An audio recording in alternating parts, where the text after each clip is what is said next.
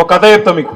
ఒకరోజు ఆదిలాబాద్కి సంబంధించి ఒక మన నాయకురాలు, ఒక సీనియర్ నాయకురాలు, నాకు ఒక 4-5 నెలల కింద నా దగ్గరకు వచ్చింది. ఆమె వచ్చి, అన్న జర మీరు అర్జెంటుగా శేర్లింగంపల్లి ఎమ్మెల్యేకి ఒక ఫోన్ చేయాలి అన్నది.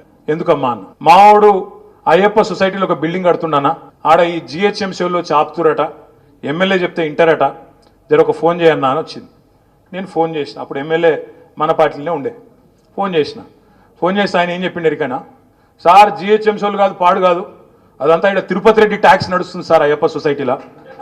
ఒక్కొక్క స్లాబ్కు అక్కడ 500 గజాల లోపల అయితే 10 లక్షలు ఇవ్వాలి, 500 గజాల పైన 1000 గజాల లోపల ఉంటేనేమో 18 లక్షలు ఇవ్వాలి సార్. ఇది తిరుపతి రెడ్డి ట్యాక్స్. జిహెచ్ఎంసీ వాళ్ళు స్వయంగా చెప్తున్నారు, అక్కడ ఎవరైనా పోతే తిరుపతి రెడ్డి కాడికి ఓన్రి, ఆడికి వెళ్ళి ఫోన్ వస్తే మేము ఊకుంటాము, లేకపోతే కూలగొడతామని చెప్తున్నారు సార్.